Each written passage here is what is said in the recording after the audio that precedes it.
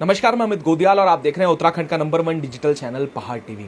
जैसा कि आपको मालूम है, प्रदेश में लगातार जो भर्ती घोटाले हैं उनका खुलासा हो रहा है। एक तरफ जहां वीडियो भर्ती घोटाला हो, उससे पहले अगर हम बात करेंगे तमाम कनिष्ठ सहायक जुडिशियल की हम बात करें या अन्य सचिवालय सुरक्षा की बात करें, उसके बाद अगर बात करें विधानसभा की, जो आपने देखा कि किस तरीके से जो तमाम लिस्ट आई उसमें यह पाया गया जो ओएसडीज थे, मुख्यमंत्री जो पीआरओ थे, तमाम मंत्रियों के, मुख्यमंत्री के, उनके करीबियों को नौकरी दे दी गई। पर साथ में अब सवाल उठता है, एक बड़ा खुलासा आज हम करने जा रहे हैं जिसकी आंच सीधे तौर पर अब पुलिस विभाग और आबकारी विभाग तक जा पहुंची है। वो क्या पूरा मामला है वो आपको बताएंगे, पर जितने लोग जुड़ते जा रहे हैं इसे शेयर जरूर करिएगा, क्योंकि अपने आप में ये बड़ा खुलासा होने जा रहा है। क्योंकि अब तक बात थी उन लोगों की जिन्होंने ज्वाइनिंग नहीं ली थी। अभी ऐसे कर्मचारियों की आज हम बात करेंगे जो कई वर्षों से कार्यरत हैं और जिनके संबंध सीधे तौर पर उस विभाग से हैं, जो इस पूरी घोटालों की जांच कर रहे हैं। तो अब सीधे तौर पर बड़े प्रश्न इसमें खड़े होते हैं कि आखिर क्या कारण था और वो क्या मामला है जिसको लेकर ये खुलासा आज होने जा रहा है। तमाम दर्शक जुड़ते रहेंगे, इसे शेयर, एक शेयर सब करिएगा और सुनिएगा, समझिएगा कि किस तरीके से एक तरफ जहां उत्तराखंड कर्जे के बोझ में दबा जा रहा है, जहां पर वेतन देने के लिए पैसे नहीं है, जहां पर नौकरी के लिए हर बार युवा तरसता है, तो आखिर उस प्रदेश में इस तरीके की धांधली कैसे हो जाती है और कानो खान किसी भी अधिकारियों को क्यों नहीं मालूम पड़ता। तो इस पर बात करने के लिए हमारे साथ आरटीआई एक्टिविस्ट और वकील अधिवक्ता भी हैं, एडवोकेट विकेश नेगी जी, जिन्होंने पूर्व में भी कई खुलासे किए, पर आज जो खुलासा करने जा रहे हैं आप ये सुन के हैरान हो जाएंगे। नेगी जी, पहले तो स्वागत है आपका। नमस्कार सर, क्या मामला है पहले आप बताइए, क्योंकि बड़ा खुलासा जब करने जा रहे हैं वो बताइएगा क्या मामला। देखिए, ये मामला 1996 से है और उस समय 95 में ये जब नौकरियां आई थी 6 महीने के लिए आई थी और उसमें आया था ये उर्दू अनुवादक और यूपी के टाइम पे था। और उसमें ये आया था कि 28/2/96 को के तक इनकी नौकरियां हैं, उसके बाद ये स्वतः ही समाप्त हो जाएगी। अब ये आज 26 साल से अपने पदों पर कार्यरत हैं और पदों पे क्या है, अब इनको प्रमोशन तक मिल गए हैं, 3-3 4-4 प्रमोशन इनके हो गए हैं। और ये देहरादून, जबकि गढ़वाल, कुमाऊं और बुंदेलखंड में ये नौकरियां थी नहीं। सबसे बड़ी बात तो ये है। इसके अलावा जो इन्होंने नौकरियां इनको दी भी हैं उसमें भी इनके अपॉइंटमेंट में लिखा हुआ है 28/2/96 को ये स्वतः ही समाप्त हो जाएंगी, पर ये आज तक अभी तक हुआ नहीं है। इसमें आबकारी विभाग, आपका डीएम कार्यालय, आपका विकास भवन और अन्य विभाग, सबसे ज़्यादा भर्तियां इसमें पुलिस में हैं और जिनको एएसआई का प्रमोशन वहाँ तक पहुँचा दिया गया है। जी नेगी साहब, आपसे ये भी पूछेंगे क्या तथ्य हैं, क्योंकि तथ्यों पे बात करेंगे और आपने आरटीआई में लगातार बड़े खुलासे किए हैं। क्या तथ्य है? और आपने बोला 96 में नौकरी खत्म हो गई थी, ऐसे कितने लोग हैं? ये अपने आप में बड़ी महत्वपूर्ण बात है। ऐसे कितने लोग हैं और क्या एविडेंस आपके पास है जो आरटीआई में आपको मिले हैं जिस पर यह आरोप आप सीधे तौर पे लगा रहे हैं? क्योंकि डीजीपी के दफ्तर में भी वो अभी इस समय कार्यरत हैं, उसके साथ आबकारी में भी वो बड़े पदों पर हैं। वो भी बताइएगा, पूरी विस्तृत जानकारी क्या कहती है। देखिए, ये जो मामला है डीजीपी, जो मैंने आरटीआई मांगी तो इनमें से सब विभागों में से गजट भी मांगा, शासनादेश मांगा और इनके अपॉइंटमेंट्स के लेटर्स मांगे। तो सब में यही लिख के आया 28/2/96 को ये नौकरियां स्वतः ही समाप्त हो जाएंगी। और डीजीपी के यहाँ से जो वो आई हैं उसमें 52 लोगों की लिस्ट आई है, उनमें से 2 आश्रित कोटे के हैं, आबकारी में हैं 3 आए हैं, और डीएम के यहाँ से आए हैं 4, और बाकी और जगह से मैंने मांगा, फिर अभी और लिस्टें भी आ रही हैं। बाकी ये तो मैंने अभी आपको देहरादून के अंदर का ही बताया। इसके बाद हरिद्वार में अलग हैं, कुमाऊं में अलग हैं, हर जगह की लिस्टें अलग हैं। इसमें ये नौकरियां इनकी 96 में ख़त्म हो गई थी। ये इसके बीच में इन्होंने एक वो निकाला कि ये हाई कोर्ट वगैरह भी गए तो कोर्ट ने भी इनको कह दिया था कि आपको एसीपी का लाभ मिलेगा। कोर्ट में भी ये छुपा के आए थे कि हमारी अपॉइंटमेंट 28/2/96 तक के लिए है। फिर जब वहाँ से नोटिस जब वो संज्ञान में आया मामला, तो जब हमने डीजीपी और मुख्यमंत्री वगैरह सबको लिखा तो आज तक इस मामले में कोई कार्रवाई नहीं हुई। ये कार्मिक विभाग को लिखा और वो कह रहे हैं हमारे पास कोई रिकॉर्ड ही नहीं है। कार्मिक विभाग का ये कहना है कि हमारे पास, ये तो यूपी का मामला है, हमारे पास कोई रिकॉर्ड ही नहीं है। तो कैसे तो इनकी तनख्वाह बन रही, कैसे इनको प्रमोशन दिए जा रहे हैं। आबकारी में इनको इंस्पेक्टर तक बना दिया, पुलिस में इनको एएसआई बना दिया। हाँ, डीएम के यहाँ से इनको प्रमोशन दे दिया था, फिर इनको रिवर्ट कर दिया, जबकि इनके यहाँ से सब एक लेटर में यही लिख के आ रहा है, गजट में ये लिख के आ रहा है 28/2/96 को ख़त्म हो चुकी हैं, पर फिर भी ये नौकरियां करे जा रहे हैं। इनकी आप प्रॉपर्टीज़ की जांच कर लीजिए, कितनी बेतुका प्रॉपर्टीज़ बन गई हैं। और दूसरी चीज़, खुद जब हमने डीजीपी के यहाँ से वो करा था तो बोल रहे हम इसमें कुछ कर ही नहीं सकते। मैंने विजिलेंस में भी डाली, वो बोल रहे हम नहीं कर सकते, ये ऊपर का मामला है। अब ऊपर का कहाँ का मामला है? अब डीजीपी साहब जब इतनी इंक्वायरियाँ करवा रहे हैं, खुद उन्हीं के विभाग में ये सब हैं, तो इनकी इंक्वायरियाँ क्यों नहीं करवा रहे हैं? क्यों? और दूसरी चीज़, आप कहते हैं कि उत्तराखंड पे बोझ हो रहा है, पैसे देने के लिए नहीं है। दूसरी चीज़, आप एक 4600 का पे ग्रेड का मैं आजकल सुन रहा था, तो जब ये फर्जी लोगों को आप तनख्वाह देते रहेंगे तो आपको देने के लिए होगा कहाँ से? जो असल में लोग हैं, जो लोग बेरोजगार हैं, अभी तक आप इनके अपॉइंटमेंट कम से कम 150-200 लोग हैं ये जो कार्यरत कर रहे हैं। इतनी वैकेंसी इन नए लड़कों को या लड़कियों को मिलती तो उत्तराखंड का भला होता। जो ग्रेड पे का मामला चल रहा है उसमें क्या कहते हैं, इन सबको तनख्वाह मिलती, सब कुछ वो होता, आगे बढ़ता, पर लेकिन सब धांधलेबाजी चल रही है, तो प्रदेश का तो बहुत बुरा हाल हो चुका है। सर, ये भी बात आपने कही, देखिए, और ये बड़ा सवाल भी है, क्योंकि एक तरफ आपने कहा कि डीजीपी साहब जो लगातार एसटीएफ के माध्यम से नजर बनाए हुए हैं, लगातार खुलासे कर रहे हैं, पर ये सवाल आपने किया कि उन्हीं के विभाग में जब ऐसा होगा तो कैसे लोगों को विश्वास होगा, ये अपने आप में बड़ा प्रश्न चिन्ह है। तो इसके लिए एक बड़ी बात इसमें मैं आपको बता दूं कि एक हास्यास्पद भी बात इसमें निकल कर आई है अधिकारी और कोर्ट के बीच में, वो भी आपसे मैं जाऊंगा कि इसे शेयर करिएगा, क्योंकि बड़ा हास्यास्पद बात है कि एक अधिकारी एक लेटर इशू करता है, आपको जवाब देता है, और वो जवाब क्या लिखता है और किसके संदर्भ में लिखता है वो भी जरा बताइएगा, क्योंकि लोगों को भी पता लगना चाहिए कि अधिकारी जो सचिवालय में बैठते हैं, जो तमाम जगह में बैठते हैं, उन्हें कितनी जानकारी होती है इसको लेकर, वो भी सुनिएगा। जी देखिए, जो आप इसकी बात कर रहे हैं ये आबकारी विभाग का मामला है। इसमें सुजात हसन का प्रमोशन का मामला चल रहा था। एक्चुअल इन्होंने क्या करा, जब ये 96 में खत्म होगी तो इलाहाबाद हाईकोर्ट में चले गए, वहाँ से एक स्टे लेके नौकरियाँ कर रहे। और उसमें मज़े की बात एक चीज़ ये है कि विभाग कहता है कि इनका मामला कोर्ट में विचाराधीन है, जबकि जब उत्तराखंड बन गया तब इसके बाद इन्होंने इलाहाबाद हाईकोर्ट से नैनीताल हाईकोर्ट में ट्रांसफ़र करा दी।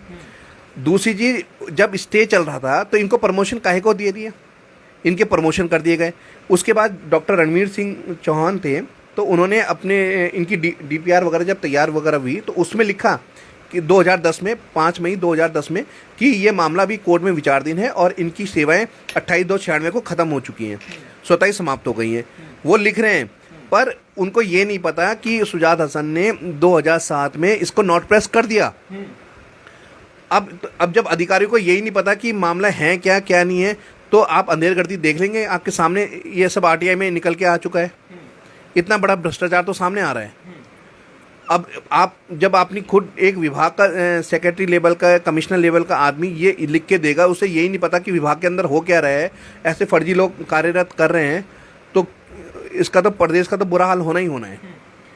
देखिए साहब, ये भी मैं आपको जानना चाहूंगा, क्योंकि कई लोग ऐसे कह रहे हैं कि सीबीआई जांच हो, और तमाम जो युवा है वो यही चाहता है कि इसमें सीबीआई जांच हो, क्योंकि ये जो मामला लगता है, जिस तरीके से आप कह रहे हैं कि कार्मिक हो या सचिवालय में बैठे बड़े अधिकारी हों, ये पूरी भूमिका अगर हम देखी जाए, इनकी भी कहीं ना कहीं नजर आता है, क्योंकि या तो इन्हें जानकारी नहीं है या तो तथ्य छुपाने का कार्य ये लोग कर रहे हैं। ये अपने आप में बड़े सवाल है, क्योंकि आप कई बार हमने देखा गया है कि आरटीआई भी तमाम लोग मांगते हैं, उसमें जानकारी नहीं दी जाती, फिर आप लोग अपील में जाते हैं, क्योंकि आप तो लीगल वे में सब कुछ कर रहे हैं और लीगल फील्ड से ही हैं, तो आपको ज़्यादा जानकारी इस बारे में है। क्या कहेंगे इस पर, सीबीआई जांच, और आगे आप क्या करने वाले वो भी बताइए। देखिए, ये जो मामला है, आप उर्दू अनुवादक की बात कर रहे हैं, तो इसमें तो हम क्यू वारंटो रेट में जाएंगे। एक्चुअल क्यू वारंटो रेट वो है आप किस अथॉरिटी से काम कर रहे हैं।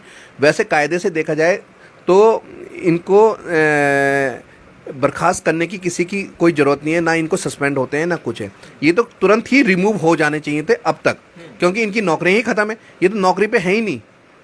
आप लोग बोल रहे हैं कि, या डिपार्टमेंट बोलता है कि ये नौकरी कर रहे हैं, हम कह रहे हैं ये नौकरी पे है ही नहीं, ये तो नौकरी ही ख़त्म हो चुकी है इनकी, इनको तो तुरंत रिमूव होंगे ये। और आप दूसरी बाकी और की बात कर रहे हैं, तो हमारी तैयारी चल रही है दूसरे मामले में पीआईएल डालने की, जिसमें ये नौकरियों का एसटीएफ वगैरह की जो जांच कर रहे हैं, इसको सीबीआई के लिए तैयारी करने के लिए हम उसमें तैयारी कर रहे हैं। क्योंकि कई लोग सर अभी कमेंट कर रहे हैं कि हाई कोर्ट जाना चाहिए, वहां पर जो आप बोल रहे पीआईएल दाखिल करनी चाहिए, जिससे सीबीआई जांच का रास्ता खुले।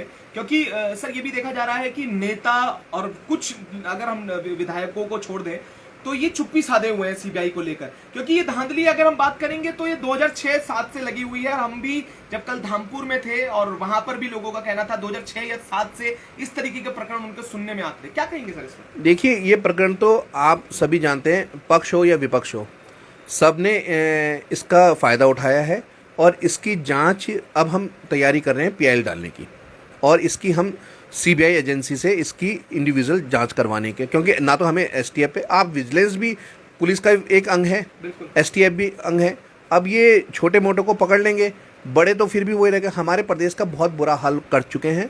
आज पहली बार एक उत्तराखंड ऐसा राज्य है जहाँ पर, जिसे हम उत्तराखंड ना कह के इसे घोटाले का प्रदेश कहें, ये बुरा हाल हो गया। पूरे इंडिया में हर जगह हमारे उत्तराखंड की बहुत बदनामी हो रही है कि उत्तराखंड, मतलब हिमाचल जैसे प्रदेश में इतना नहीं सुनने में आया जो आज उत्तराखंड में इतना सुनने में आता है।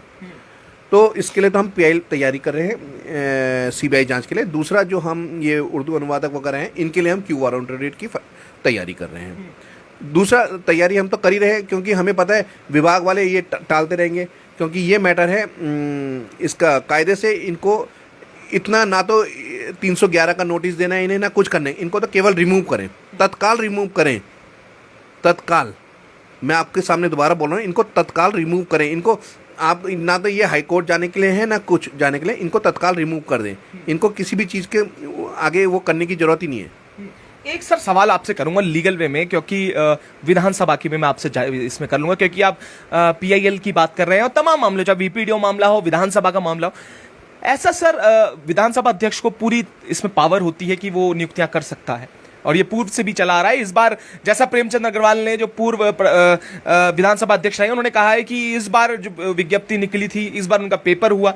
आखिर इतना प्रेम क्यों? जो मंत्रियों के ओएसडीज हैं, जो पीआरओज हैं, उनके नजदीकियों को नौकरी ही कैसे मिलती है? जो आम जनता के, जो गरीब वर्ग से जो लोग आते हैं, आखिर वो क्यों नहीं विधानसभा में एंट्री कर पाते? ये सबसे बड़ा सवाल है कि विधानसभा अध्यक्षों को जब जो पावर मिली है वो इन नेताओं और मंत्रियों के पीआरओ और ओएसडीज को लेकर है। इस पर क्या कहना है सर? देखिए, ये तो बड़ा आपने हास्यास्पद प्रश्न पूछ लिया कि अब नेता होंगे तो अपने आदमियों को सेट करेंगे ही करेंगे, ये होता है। अब ये उनके साथ ब्यूरोक्रेट्स मिलके कि उसका कानून का तोड़ कैसे निकालना है, क्या निकालना है, वो निकाल के वो कर रहे हैं। और बाकी अगर अब हम लीगल वे में जाएंगे तो हम भी उसका तोड़ निकालेंगे इन्होंने करा क्या है, क्योंकि हमको उसको देखना पड़ेगा क्या इनका बायलॉज हैं और कैसे ये निकालते हैं। बाकी रही बात उसकी, कोई भी विज्ञप्ति जो निकलती है या जो नौकरियों के लिए वो निकलता है, उसकी विज्ञप्ति होती है, एक प्रोसीजर होता है पूरा। बिना उसके प्रोसीजर आप पूरा किए आप नहीं कर सकते हैं। ये तो बैकडोर एंट्री की बात कर रहे हैं ना आप। बाकी ये तो जो प्रॉपर वे में जो नौकरियां दी जाती है, उनका विज्ञप्ति निकलती है, गजट नोटिफिकेशन होता है, सब कुछ होता है। बिना उसके वो नहीं हो सकता। एक ऐसे मामले भी संज्ञान में आए हैं सर, जो अभी जानकारी मिल रही है आपके, कुछ अधिकारी ऐसे हैं जो अपना ही प्रमोशन कर लेते हैं, अपनी ही, इस तरीके की बात भी आती है। उसके बारे में क्या कहेंगे सर? उसमें भी कुछ लीगल वे में जाएंगे आप, उसमें भी कुछ कार्रवाई करने की बात? देखिए, ये सब उसी में, जब हम ये पीआईएल फाइल करेंगे उसी में ये सब कुछ सबमिट करेंगे कि आप किसी विधानसभा के मामले की बात कर रहे हैं कि एक ही आदमी अपने ही प्रमोशन ले रहा है और अपना भी साइन कर रहा है, ये हमारे संज्ञान में आया है। तो ये जो पीआईएल फाइल होगी उसमें ये सारा कुछ सामने आ जाएगा। एक साल में सर 3 प्रमोशन हो सकते हैं क्या? ये भी देखिए, उत्तराखंड में यहाँ कुछ भी हो सकता है। बाकी उसके, देखिए, हमें आपसे एक चीज़, सीधी सी बात है, जब तक अब कोर्ट पे ही विश्वास है, बाकी यहाँ पर तो कोई वो नहीं है। क्योंकि देखो, हमारे प्रदेश का बहुत बुरा हाल हो चुका है, बहुत बुरा हाल हो चुका है। इसके लिए तो आगे बढ़ के लड़ना ही पड़ेगा, क्योंकि आने वाली पीढ़ियाँ बर्बाद हो रही हैं। सर, एक आखिरी सवाल करूँगा। देखिए, आपने कहा प्रदेश का बुरा हाल है, पर सबसे ज़्यादा अगर जो टूटा है वो एक युवा है, जो तैयारी कर रहा होता है कई सालों से, जो एक किसान का बेटा है, जो बहुत गरीब घर से देहरादून पढ़ने के लिए आता है, जिसके पास किराए के पैसे नहीं होते, वो युवा टूटता जा रहा है। और अभी मैं कमेंट में पढ़ रहा हूँ युवाओं का, मैंने वो रोते हुए वो वीडियोस देखी हैं, मेरे पास फ़ोन आए हैं, उन्होंने कहा है कि भर्तियां हमेशा हुई हैं। और 2006 अगर मैं बात करूँगा, ये भर्तियों का में धांधली कोई नई बात नहीं, ये हमेशा से आई है। उन लोगों का क्या क्या दोष है नेगी साहब कि वो मेहनत करते हैं, पेपर देते हैं और फेयर तरीके से निकल भी जाते हैं, पर लास्ट में उन्हें क्या मिलता है? सिर्फ आंसू। और जो लोग धांधली करके अभी तक बैठे हुए हैं उन पर क्या कार्रवाई होगी, ये अब प्रश्न चिन्ह खड़े कर देता है। उन लोगों का क्या दोष सर, जो किसान का बेटा यहाँ आके 2,000-3,000 रुपए में कमरा लेता है, उसके बाद मेहनत करता है और वो पास होता है, उनके बारे में सर क्या कहें? देखिए, अब ये है, जो चीज़ हो चुकी है उसके लिए तो मैं वो नहीं बोल सकता हूँ, उसके लिए लड़ेंगे। पर यह है कि आपके माध्यम, चैनल के माध्यम से मैं इतना ही निवेदन करूँगा लड़कों से और लड़कियों से, जो युवा जो अब नौकरियों के लिए, कि अपने हौसले मत हारिए। देखिए, अगर आप बहुत से मैं ये देखता हूँ टूट जाते हैं, सुसाइड करते हैं। देखिए, ये लाइफ जो है ईसीजी की लाइन की तरह है। अगर ये सीधी चल गई तो आप अपने आप को ख़त्म समझिए, और ये ऊपर नीचे होगा तो ये लाइफ का एक पार्ट समझ लिए और आगे बढ़ते रहिए। पर यह है कि मैं आपसे इतना रिक्वेस्ट होगा आपके चैनल के माध्यम से, जिसके बाद जितने डॉक्यूमेंट्स हैं आप लेके आइए, हम इसकी तैयारी पीआईएल के लिए करते हैं। बाकी आपके माध्यम से मैं यही सबको कह रहा हूँ कि डॉक्यूमेंट जितने इकट्ठे हो जाएं वो आप लेके आइए, और मैं आपके साथ खड़ा हूँ और हम इसको हाई कोर्ट में मूव करेंगे। ठीक है, आखिरी में जाते जाते मैं लोग जो युवा हैं वो देख रहे होंगे, मैं नेगी साहब का नंबर भी दे दूंगा और कांटेक्ट कैसे कर सकते हैं वो भी बता दूंगा। पर आखिरी सवाल मैं उससे पहले ये भी करना चाहता हूँ नेगी साहब, हम सड़क में चलते हैं और अगर हम कोई नियम का पालन नहीं करते तो हमारा जुर्माना किया जाता है, हमें चालान किया जाता है। पर जब पेपर में धांधली निकल जाती है, जब इतनी बड़ी पेपर लीक हो जाता है, उसमें कोई जिम्मेदारी किसी की नहीं होती। कौन जिम्मेदार होता है उसमें? विभाग जिम्मेदार होता है, सरकार जिम्मेदार होती है। इन लोगों पर कार्रवाई क्यों नहीं? आखिर जब एक छोटी सी हेलमेट ना पहनने से आपका 1,000 रुपए का चालान हो सकता है, ड्राइविंग लाइसेंस ना रखने से 1,000 रुपए का या जितना भी चालान होता है, इतने बड़े पेपर लीक हो जाता है, तो उसकी जिम्मेदारी कौन लेता है? कौन वो लोग होते हैं, किस पर ये मरा जाए? क्योंकि सब एक दूसरे पे आरोप लगाते हैं कि ये था वो था, कौन जिम्मेदार होगा नेगी साहब? देखिए, थोड़ा कमी ये सरकार की है जो एक्शन नहीं ले पा रही है अभी तक। और रही बात उसकी, ये कुछ जुडिशली मैटर होते हैं, उनको प्रॉपर लीगल वे में चलना पड़ेगा और इन्वेस्टिगेशन का पार्ट्स होते हैं। अब बाकी कौन कौन है और इन्वेस्टिगेशन कितनी प्रॉपर तरीके से हो रही है, वो सब आगे देखा जाएगा। इसीलिए उसको करने के लिए हम हाई कोर्ट में पीआईएल फाइल कर रहे हैं कि इसको सीबीआई को दिया जाए, क्योंकि लोकल एजेंसी पे विश्वास कम है। जैसे सर अभी तक एसटीएफ की जांच चल रही है, उस पर उसके आधार पर क्या कहेंगे? क्योंकि एसटीएफ ने काफी अच्छा काम इस पे करती हुई नजर आ रही है, पर उसके बाद भी आप लगता है प्रेशर कहीं ना कहीं? देखिए, एसटीएफ भी आपकी और हमारी तरह एक आम इंसान है, और ऊपर से उन पर प्रेशर होगा तो कहीं ना कहीं मामला दबेगा। और अभी तो ये गरम मामला है, तो इसलिए थोड़ा सा तेजी हो रही है। तो बाकी देखिए, अब इसके लिए हम तो पीआईएल फाइल करेंगे और सीबीआई के लिए इसको रेफर करने के लिए करेंगे। सर आखिरी मैं क्योंकि काफ़ी लोग आपका कांटेक्ट नंबर भी मांग रहे हैं, संपर्क सूत्र मांग रहे हैं, तो वो भी आप दीजिएगा, और कैसे आपसे संपर्क कर सकते हैं वो चैम्बर भी, क्योंकि युवाओं में हर तरीके से वो चाहते हैं कि जो उनके साथ भविष्य के साथ खिलवाड़ हो रहा है वो आगे ना हो, क्योंकि हर दिन उनकी उम्मीदें टूट रही है, हर दिन वो युवा टूटता नजर आ रहा है। कैसे सर, क्या क्या नंबर? देखिए, मैंने आपसे एक चीज़ कहा, नंबर अभी आपने कहा कि मैं आपको प्रोवाइड करवा दूंगा, वो आप दे दीजिएगा। बाकी मैं युवाओं से यही कहूँगा, लाइफ ईसीजी की तरह है। ईसीजी की लाइन ऊपर नीचे होती रहती है, तब आदमी जिंदा रहता है, और अगर प्लेन सीधी चली गई तो आदमी ख़त्म की तरह है। तो इसीलिए कह रहा हूँ कि कोई बात नहीं, एक फेस आया है, उसको फेस कीजिए, और बाकी हम लोग हैं साथ में और इसको आगे लड़ेंगे। बस मैं आपसे इतना ही कहूँगा। बाकी हौसले मत तोड़िए, क्योंकि हौसले अगर आपके टूट गए तो फिर आदमी एकदम डेड बैड की तरह हो जाता है। और आप ये देखिए, लाइफ ईसीजी की लाइन की तरह है, बस ऊपर नीचे होता रहता है। ठीक है, बहुत शुक्रिया सर। और देखिए, समझिएगा कि नेगी साहब ने भी कहा है जितना उनसे मदद हो पाएगी वो ज़रूर करेंगे, हाई कोर्ट के दरवाजे तक वो जाएंगे। पर सबसे बड़े सवाल ये हैं कि आखिर कब तक फर्जियां नियुक्तियां होती रहेंगी, कब तक पेपर लीक होते रहेंगे, और कौन इसके लिए जिम्मेदार होगा? सबसे बड़े सवाल ये हैं, क्योंकि आरोप और प्रत्यारोप, चाहे कांग्रेस रही हो या भाजपा रही हो, सिर्फ एक दूसरे पे आरोपों का काम इन्होंने किया है। और आखिर उन युवाओं को जवाबदारी किसकी होगी? और ऐसे कितने विभाग हैं? अभी मैं देख रहा था, शिक्षा विभाग को लेकर किसी ने कमेंट किया है, और यूकेएमएसएसबी को लेकर किसी ने कमेंट किया है। आखिर ऐसे कितने और विभाग होंगे? ये तो वो मामले हैं जो यूके के माध्यम से और एसटीएफ की जो जानकारी में है। और अगर ऐसी कितनी भर्तियां होंगी जिस पर इस तरीके की फर्जी नियुक्तियां हुई हैं, और किस किस शय पर हुई है, और ये कब पता चलेगा? और आगे की क्या गारंटी है कि इन पे नहीं होगा? और सीधे तौर पे बड़ा खुलासा आज नेगी साहब ने किया है। इस पर क्या डीजीपी साहब आप संज्ञान लेंगे? क्या इस पर कोई कार्रवाई होगी? ये भी देखने वाली बात होगी। और युवाओं के भविष्य के साथ कब तक खिलवाड़ होता रहेगा, क्योंकि हम तो लगातार आवाज उठा रहे हैं और ऐसे ही उठाते रहेंगे। तो आप लोगों से भी निवेदन रहेगा, इस आवाज को, इस मुहिम को आगे बढ़ाने का कार्य आप लोगों के माध्यम से ही हो सकता है।